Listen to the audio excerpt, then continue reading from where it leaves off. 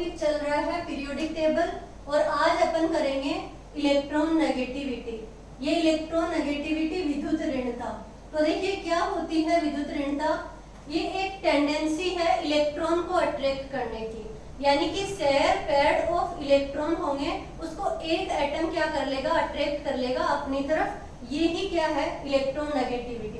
देखिए एग्जांपल से, जैसे ए एटम है और बी के साथ क्या बना रखा है, बॉन्ड बना रखा है।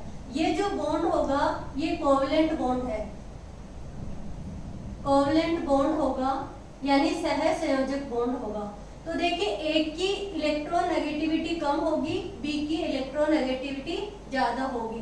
तो जिसकी इलेक्ट्रॉन नेगेटिविटी ज्यादा है वो क्या करेगा, अपनी तरफ इसको अट्रैक्ट कर लेगा, इलेक्ट्रॉन को अपनी तरफ खींच लेगा।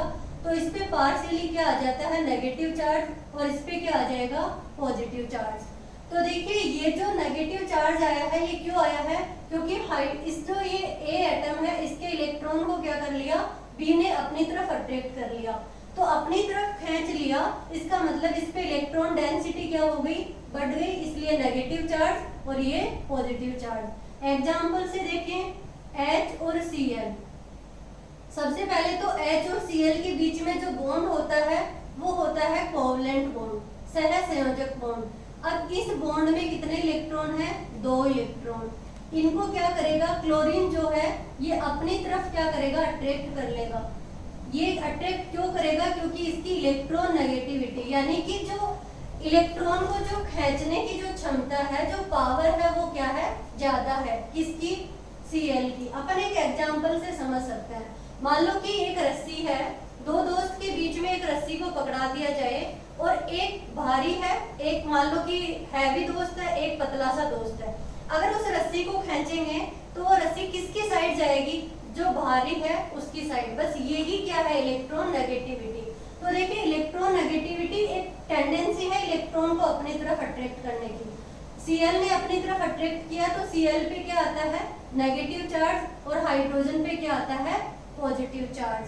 अब देखिए ये जो इलेक्ट्रॉन नेगेटिविटी है इसको बताने के लिए एक पॉलिंग नाम के साइंटिस्ट आए और एक क्या आए, मोलिकन। तो देखिए इन्होंने क्या दिया, अपनी अपनी एक स्केल दी। तो सबसे पहले अपन देखेंगे पॉलिंग स्केल। तो पॉलिंग ने क्या कहा कि एक इक्वेशन दी इन्होंने, और वो इक्वेशन देखो, एक ये है, इसको बोलते हैं जाई या फिर कुछ लोग बोलते हैं चाई। तो chi A minus chi B equals to 0.208 और डेल ई। ये जो इक्वेशन है इन्होंने दी थी किलो कैलोरी पर मोल में। ये जो वैल्यू दी ये किलो कैलोरी पर मोल में। अब देखिए ये जो डेल ई है ये है bond dissociation energy. Chi A है electronegativity of A atom, और जाई बी क्या है, electronegativity of B atom. A atom की इलेक्ट्रॉन नेगेटिविटी और बी एटम की इलेक्ट्रॉन नेगेटिविटी। अब ये इलेक्ट्रॉन नेगेटिविटी क्या होती है कि कैसे अपन डिसाइड करेंगे, अभी थोड़ी देर में देखते हैं। अब देखिए ये जो डेल ई है, ये डेल ई क्या है, तो डेल ई इक्वल्स टू क्या होगा, E A B minus root E A into E B B. ये देखिए ए क्या है, ए है electron energy of bond, energy of A, bond energy of A B.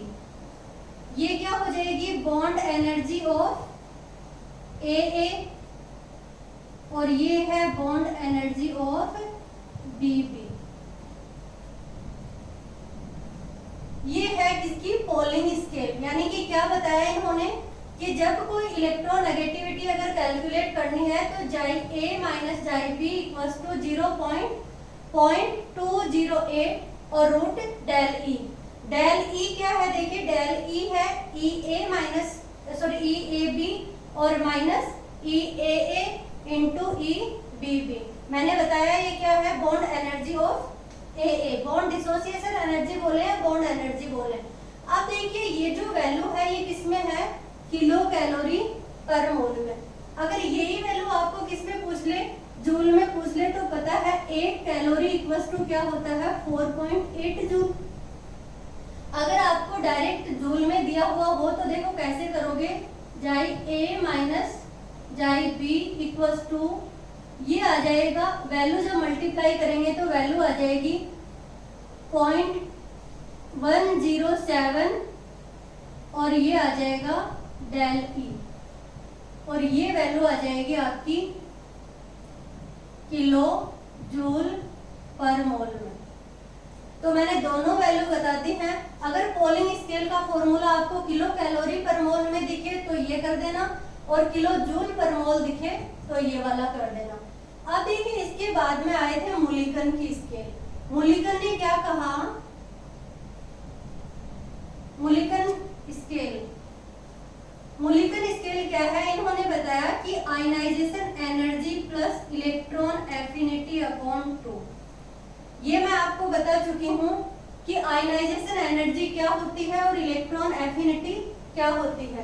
तो देखिए आयनाइजेशन एनर्जी होती है वैलेंस सेल से एक इलेक्ट्रॉन निकालने के लिए जो रिक्वायर्ड एनर्जी होती है वो होती है आयनाइजेशन एंथैल्पी। और इलेक्ट्रॉन एफिनिटी क्या होती है, इलेक्ट्रॉन एफिनिटी होती है वैलेंस सेल में एक इलेक्ट्रॉन ऐड करने के ऊपर जो एनर्जी रिलीज होती है वो होती है इलेक्ट्रॉन एफिनिटी। अब ये जो मुलिकन ने स्केल दी थी, इन्होंने क्या दिया था, इलेक्ट्रॉन वोल्ट पर एटम में। इन्होंने बताया कि इलेक्ट्रॉन पर एटम में ही क्या करना है, ये वाला फॉर्मूला अप्लाई करना है। अब देखिए एक मुलिकन आ गए और एक क्या आ गए, पोलिंग आ गए।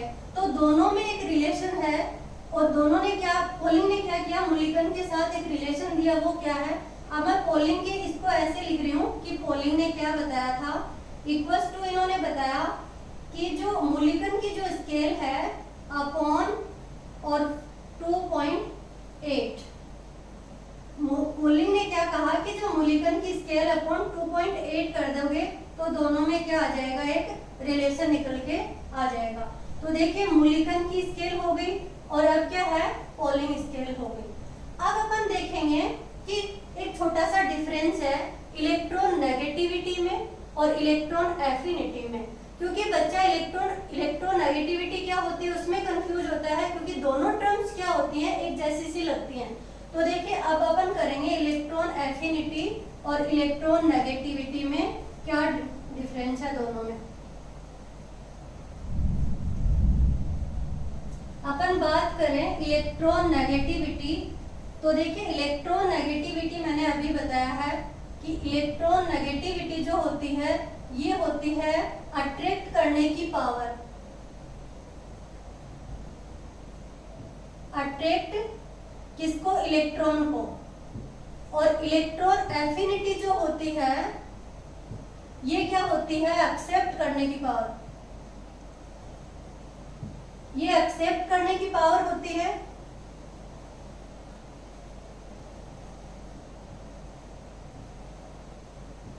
ये अट्रैक्ट करने की पावर होती है, किसको, इलेक्ट्रॉन को।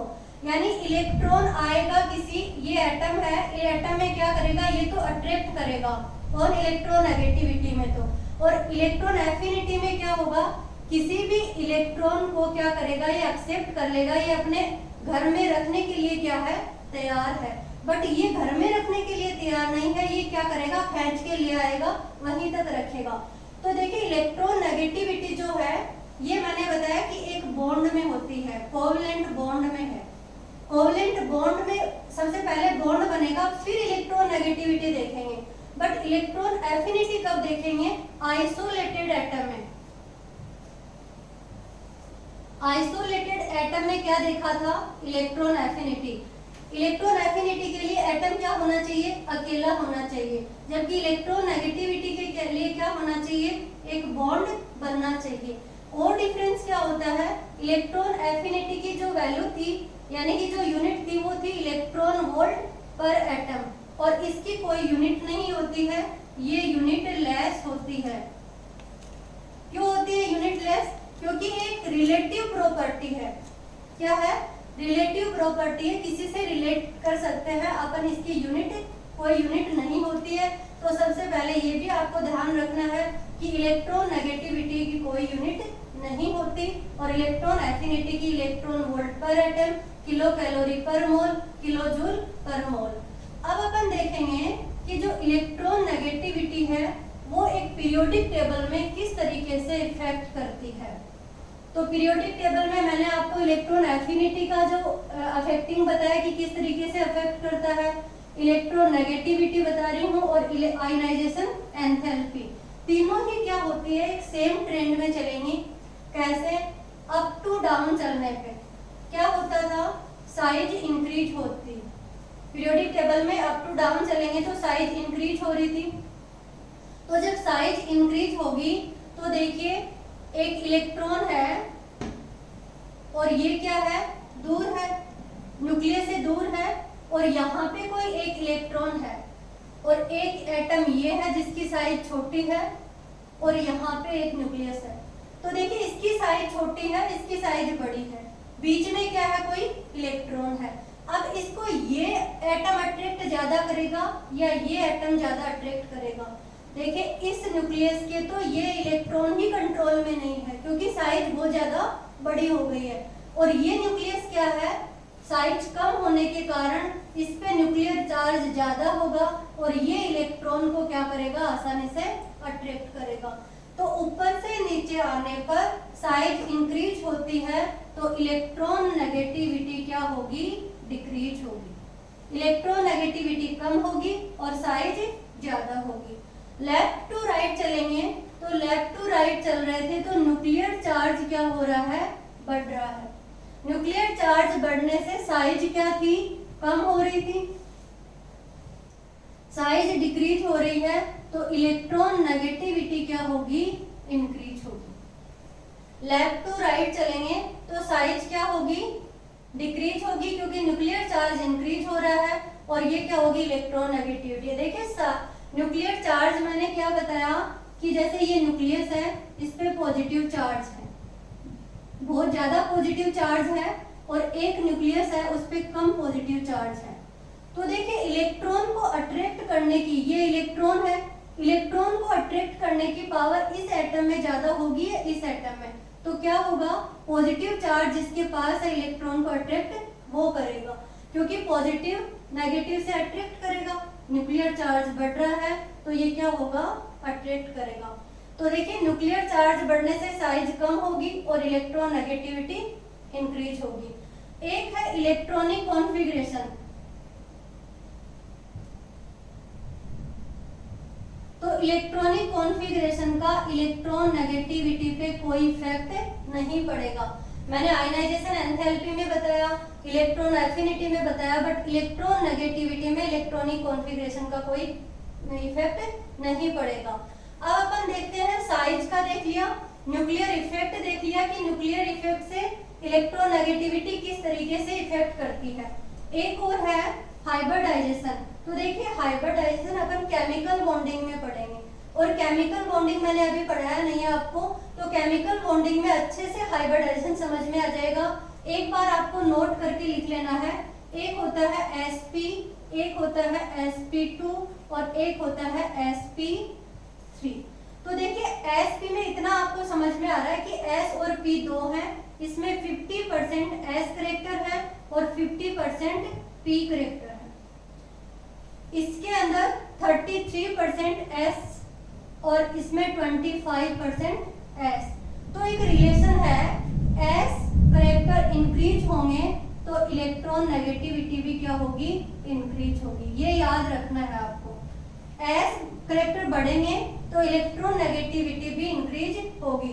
तो सबसे ज्यादा इलेक्ट्रॉन नेगेटिविटी किसकी है, sp की है, फिर sp2 की है और फिर sp3 की है।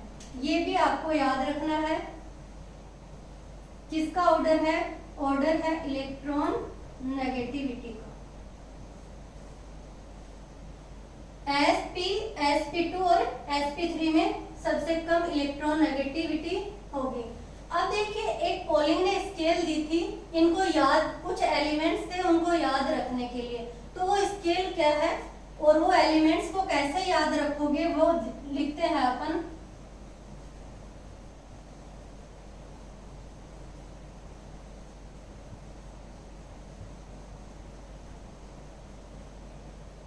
देखिए ये इलेक्ट्रोनेगेटिविटी मैं बताऊंगी, ये आपको याद रखनी पड़ेगी। और ये वाले जितने एलिमेंट्स होंगे ये ही ज्यादातर मोस्ट ऑफ कंपाउंड्स क्या बनाते हैं, कोवलेंट बनाते हैं। देखिए फर्स्ट पीरियड में क्या है, हाइड्रोजन और हीलियम। सेकंड में क्या है, lithium, beryllium, boron, carbon, nitrogen, oxygen, fluorine और नियोन, और ये है हीलियम। अब देखिए सेकंड पीरियड में, थर्ड पीरियड में आते हैं। सेकंड के बाद में नीचे कौन आएगा, sodium, magnesium, aluminium, silicon, phosphorus, sulphur, chlorine और आर्गन। सबसे पहले तो देखिए इनर्ट गैस की जो इलेक्ट्रोनेगेटिविटी होगी वो होगी 0, यानी कि इनर्ट गैस किसी के साथ बॉन्ड बनाने में कोई इंटरेस्टेड नहीं है, तो इनकी इलेक्ट्रोनेगेटिविटी क्या है, 0। अब इनको याद कैसे रखेंगे, पोलिंग ने क्या दिया था इनके ऊपर कि किस एलिमेंट्स की कितनी इलेक्ट्रोनेगेटिविटी होती है। अगर इन एलिमेंट्स को आपने याद रख लिया तो मोस्ट ऑफ द कंपाउंड्स तो यही बनाते हैं और इन्हीं से आपके हर क्वेश्चन सोल्व हो जाएंगे। तो देखिए सबसे पहले आपको याद रखना है कि पूरी पीरियोडिक टेबल में सबसे ज्यादा जो इलेक्ट्रोनेगेटिविटी होती है वो किसकी होती है, फ्लोरीन की। तीन चीज पढ़ाई मैंने, आयनाइजेशन, एंथैल्पी। तो आयनाइजेशन एंथैल्पी सबसे ज्यादा किसकी बताई, हीलियम की। फिर बताई इलेक्ट्रॉन एफिनिटी, इलेक्ट्रॉन एफिनिटी किसकी है, क्लोरीन की, Cl की। और अब क्या है, इलेक्ट्रोनेगेटिविटी, इलेक्ट्रोनेगेटिविटी किसकी ज्यादा है, फ्लोरीन की, और कितनी है, 4.0। तो देखिए 4.0 है, इसको अपन याद कैसे रखेंगे कि 4.0 सबसे ज्यादा है पूरी पीरियोडिक टेबल में। अपन इधर से इधर चलेंगे तो 0.55 कम करते हुए चलेंगे। कितना कम करना है, सिर्फ 0.5 को कम करते हुए चलेंगे। तो ऑक्सीजन की कितनी हुई, 3.5, नाइट्रोजन की कितनी हुई, 3, और कार्बन की कितनी होगी, 2.5 और 2.0, 1.5 और 1। या तो ऐसे याद रख लो कि लिथियम और ये जो है डिफरेंस कितना है, 0.0 का। अगर लिथियम की इलेक्ट्रोनेगेटिविटी 1 है तो 0.55 बढ़ाते हुए चलेंगे तो कितनी आ जाएगी, फ्लोरीन की 4.0 आ जाएगी। अब अपन देखो ऊपर से नीचे चल रहे थे, तो अभी देखा थोड़ी देर पहले की साइज क्या होती है, बढ़ रही है, इंक्रीज होगी। तो जब साइज इंक्रीज हो रही है तो इलेक्ट्रोनेगेटिविटी क्या है, डिक्रीज हो रही है। इलेक्ट्रोनेगेटिविटी डिक्रीज होगी कब, अपन ऊपर से नीचे ग्रुप में चलेंगे तो सोडियम की कितनी है, 0.9। अब इस 0.9 से जो डिफरेंस है ये कर देना आप 0.3 का डिफरेंस। कैसे करेंगे, इसकी कितनी हो जाएगी, 1.2, ये एल्यूमिनियम की 1.5, ये 1.8, ये 2.1, ये 2.5 और ये 3। ये देखिए ऑलमोस्ट क्या है, लगभग वो ही स्केल है जो पोलिंग ने दी थी। याद रखने का तरीका मैंने इजी कर दिया कि यहाँ पे 0.5 का डिफरेंस होगा फर्स्ट पीरियड, सेकंड पीरियड में, और थर्ड पीरियड में क्या होगा, 0.3 का डिफरेंस होगा। अब बचे हाइड्रोजन की, तो हाइड्रोजन की इलेक्ट्रोनेगेटिविटी 2.1 होती है। ऑलमोस्ट हाइड्रोजन और फास्फोरस की जो इलेक्ट्रोनेगेटिविटी होती है वो सेम होती है। और देखो सबसे ज्यादा किसकी है, फ्लोरीन की, हीलियम की 0 है, इनकी सबकी 0 इलेक्ट्रोनेगेटिविटी होती है। तो ये वाले एलिमेंट्स क्या करने हैं, आपको याद रखने हैं कि किसकी कितनी होगी। अब इसका जो एप्लीकेशन पार्ट बचता है कि इलेक्ट्रोनेगेटिविटी किस तरीके से क्या करती है, इफेक्ट करती है, वो अपन नेक्स्ट क्लास में देखते हैं।